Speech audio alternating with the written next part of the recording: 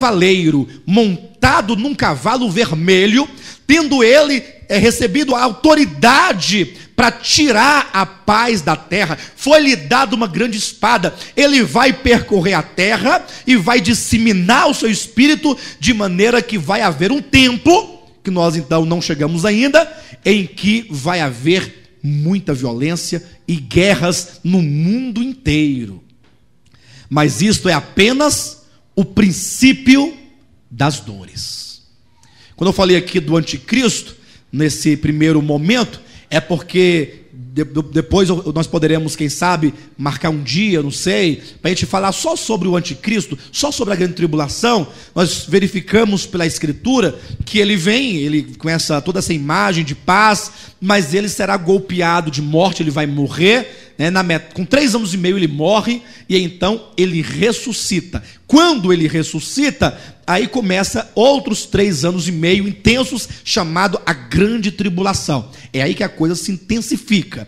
Então, quando eu falo primeira fase, é porque até então, sendo ele o anticristo, não é ainda revelado como tal, mas é ele. Ele só será revelado de fato depois da sua morte e depois que ele ressuscitar. Isso porque o anticristo ele vem imitando a Cristo. Ele é contra Cristo, mas ele vem imitando. Ele, tanto é que ele tem um ministério intenso, revelado como de 3 anos e meio, e ele também, ele morre, ele ressuscita. Veja que há uma imitação. Ele tem também um arauto, um profeta que apresenta-lhe e abre-lhe o caminho, como João Batista preparou o caminho do Senhor. Disse que a segunda besta, que é o falso profeta, vem à sua frente preparando o caminho para que a besta seja adorada por todos os habitantes da terra. Então é um ministério paralelo e imitativo ao ministério de Cristo. Bem, então o segundo selo vem essas guerras. Terceiro selo fala então de um cavalo preto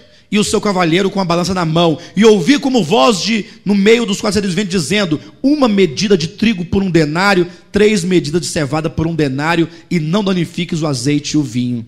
Veja, queridos, olha esse juízo que ainda no campo natural. Um cavalo preto. A cor preta na Bíblia significa fome, e de maneira que este cavaleiro, ele traz na mão uma balança de precisão, e uma voz que diz: olha, 1 medida de trigo por 1 denário, 3 medidas de cevada por 1 denário. Você não sabe o que significa 1 denário? 1 denário é a diária de um trabalhador. Ou seja, você trabalha o dia inteiro, pega ali aquele dinheiro daquele dia de trabalho. Poderíamos aqui colocar uma diária de R$40, que fica bem numa intermediária aí, e então você com esse dinheiro só pode comprar 1 medida de trigo. Ou seja, há um tempo de escassez, mas não é uma escassez porque falta a riqueza, porque falta o alimento. É escassez em função do próprio juízo de Deus, quando diz: e não danifiqueis o azeite e o vinho. Quer dizer, há riqueza, mas não tem como adquirir o produto. Então há um período em que surge o anticristo querendo promover uma falsa paz. Segue-se então as guerras, e a guerra sempre produz fome, é uma consequência natural. E por fim nós temos o cavalo no 4º selo amarelo, que é a morte. E olhei, versículo 8, e eis um cavalo amarelo, e o seu cavaleiro, sendo este chamado Morte, e o inferno o estava seguindo, e foi-lhe dada autoridade sobre a 4ª parte da terra, para matar a espada pela fome, com a mortandade por meio das esferas da terra. Este primeiro período é chamado o princípio das dores. A igreja do Senhor estará ainda aqui neste tempo. Quando as coisas começarem a acontecer, eu inclusive acredito que aqueles que têm um conhecimento da palavra e que acompanham os acontecimentos internacionais, talvez eles poderão inclusive identificar claramente este homem, este cavaleiro do cavalo branco. E aí nós vamos viver momentos difíceis, momentos intensos, momentos de amadurecimento. Depois da era da menoridade, da maioridade, tem 7 anos, que é exatamente um período de amadurecimento antes do reino milenar. E esses acontecimentos dos 4 cavalos compreendem exatamente os primeiros 3 anos e meio da última semana de Daniel, como foi dito aqui nesta manhã. Mas veja o que sucede no quinto e sexto selo. Olhe para a sua Bíblia, para vocês verem. Quando ele abriu o quinto selo, vi debaixo do altar. Então veja que o rolo é aberto e as cenas continuam. E João viu debaixo do altar as almas daqueles que haviam sido mortos por causa da palavra de Deus e por causa do testemunho que sustentavam.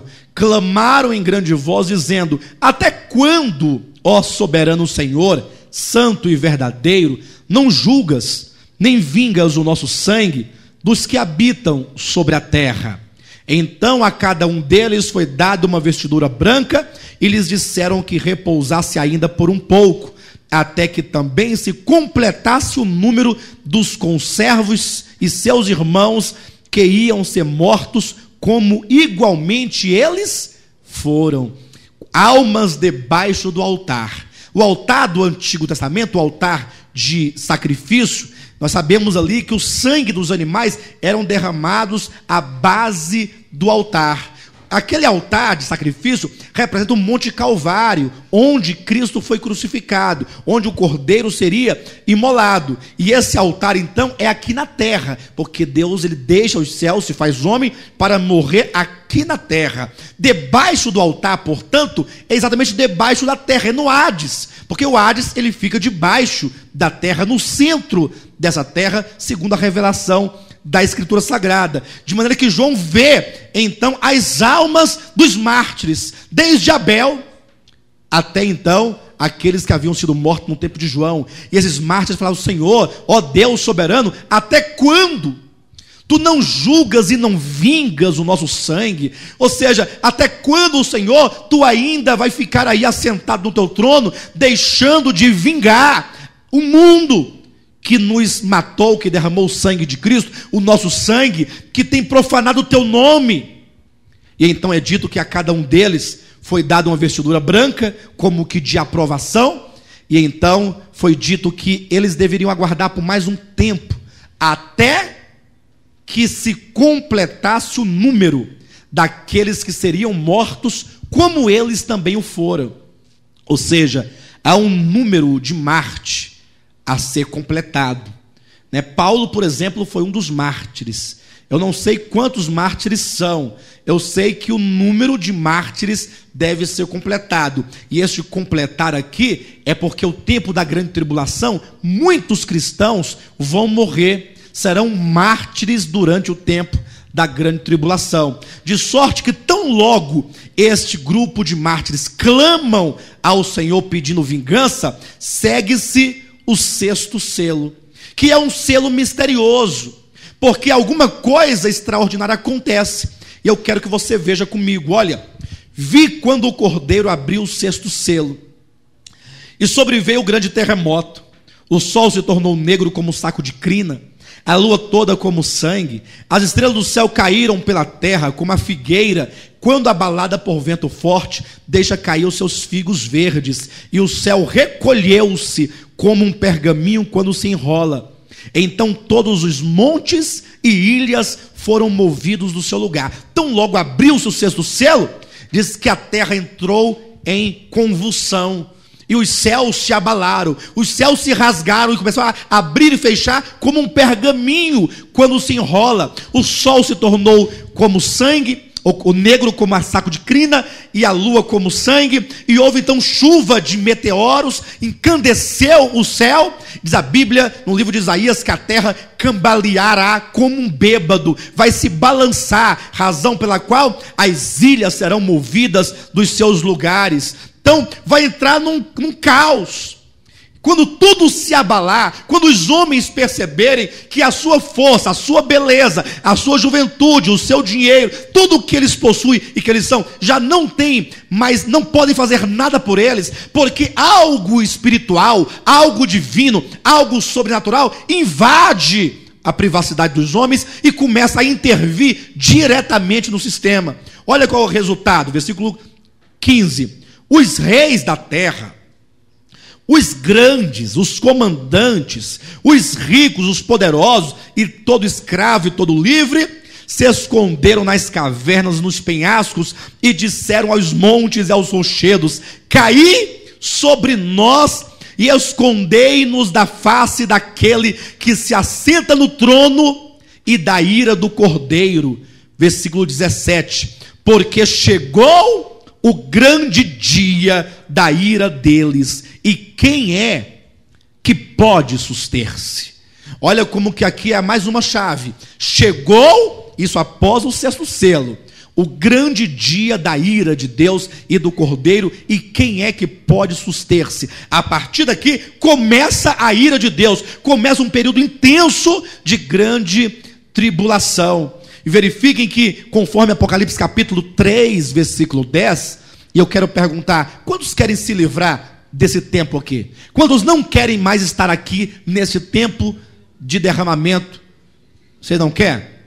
Então atente para Apocalipse capítulo 3, versículo 10.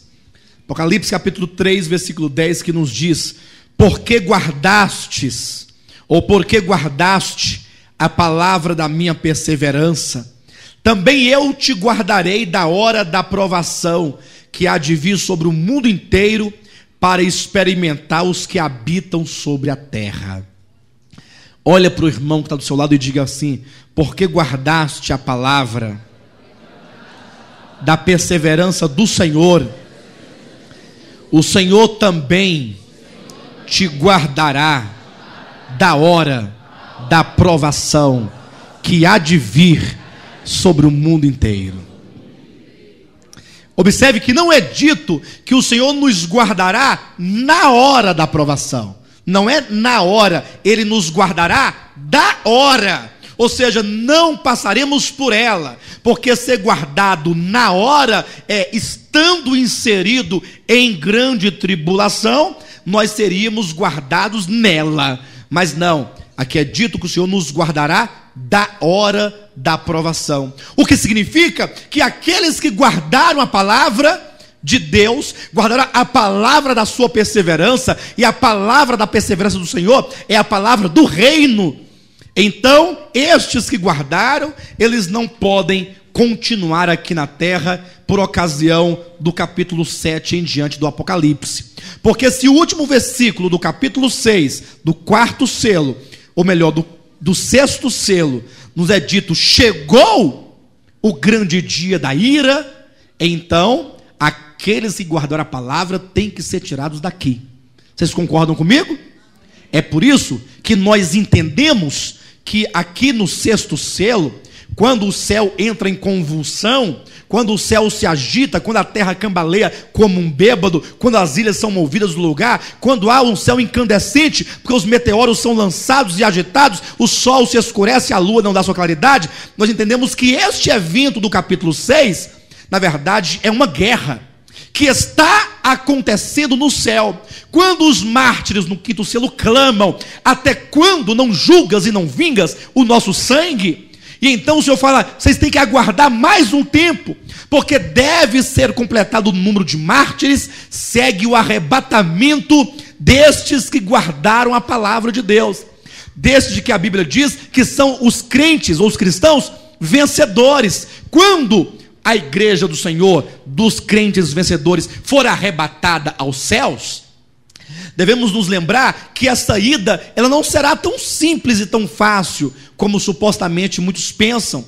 Basta que você olhe para a revelação de toda a Bíblia. Lembram de Daniel capítulo 10, quando o anjo Gabriel, ele é enviado para levar uma mensagem lá para Daniel, e diz que houve então uma guerra no céu, porque o príncipe da Pérsia resistiu a Gabriel por 21 dias. Ou seja, esses céus aí, diferentemente do que muitos pensam ser, é tanto quanto aqui os limites aqui das nações da terra. Para cada nação existe um principado, um príncipe que está sobre cada território. Esta é a revelação do livro de Daniel. Quando o anjo Gabriel desceu e queria falar com Daniel lá em Babilônia, é dito que o príncipe da Pérsia é um